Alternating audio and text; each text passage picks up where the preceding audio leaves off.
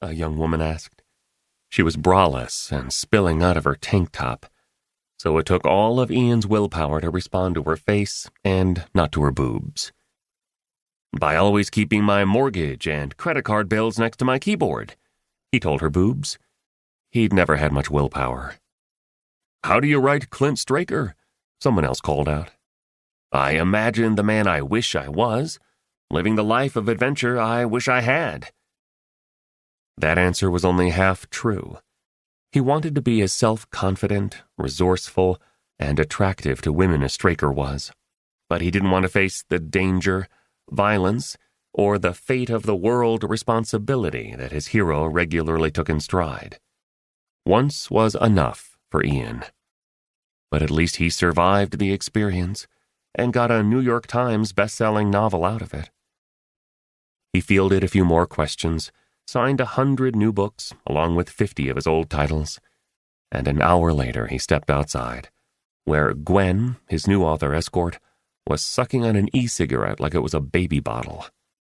She was a graduate student in the University of Washington English department who ferried novelists around town so she could pitch them her book, a Civil War allegory set on a planet of unicorns, zebras, and horses.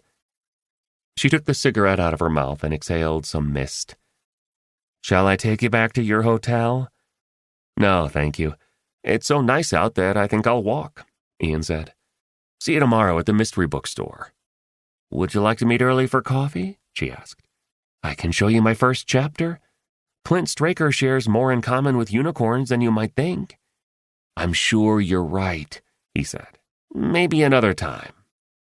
Gwen forced a smile, got into her Prius, and drove off. He didn't really want to schlep a mile back to his hotel, but it was better than being a captive audience for Gwen's story about unicorns at war with the horses that were enslaving zebras. Why are you so fucking polite? A familiar female voice asked. Tell her where to stick her unicorn. That's what Clint Straker would do. Ian smiled as Margo stepped out of the shadows. She hadn't changed a bit. She was in her late 20s, thin and wiry, with short-cropped crow-black hair that looked like she'd trimmed it herself with a box cutter. She wore a faded t-shirt, torn jeans, and Doc Martens. I'm not Clint Straker, he said. You could have fooled me, Margo said. Ian gave her a hug and she squeezed him tight. I'm glad you came. What else did I have to do? My dog-sitting business has dried up, all because of one negative Yelp review.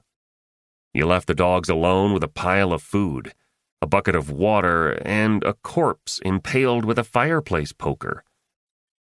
That was his fault, too. One time, Margo said. How often is that likely to happen? Ian laughed and gestured to the bookstore. Why didn't you come for the reading and the Q&A? Living it was enough. I'm still suffering from PTSD. Really? Ian said. No, I'm fine.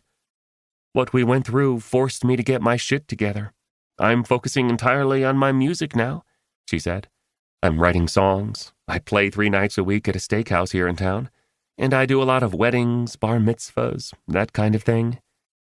That's how Rihanna started, Ian said. I have a hard time picturing Rihanna singing Hava Nagila. I have a hard time picturing you singing Hava Nagila. 2 men in crisp business suits and wearing earpieces with wires that ran down under their starched collars approached them from either side. They had faces so rigid that they either were suffering from terminal constipation or were federal agents. Mr. Ludlow, the first man said. Miss French, can you please come with us? The second man said. Ian and Margo shared a look. This couldn't be good. The 2 men herded them to a limousine parked on the corner. The first man opened the back door and motioned for them to go inside. Margo glanced at Ian for reassurance. He said, please, Ian said. That's a good sign. And it's a limo, not a hearse. So there's no reason to worry. Ian took a deep breath and got in. Margo followed. One of the agents closed the door behind them. They found themselves sitting across from the lone occupant.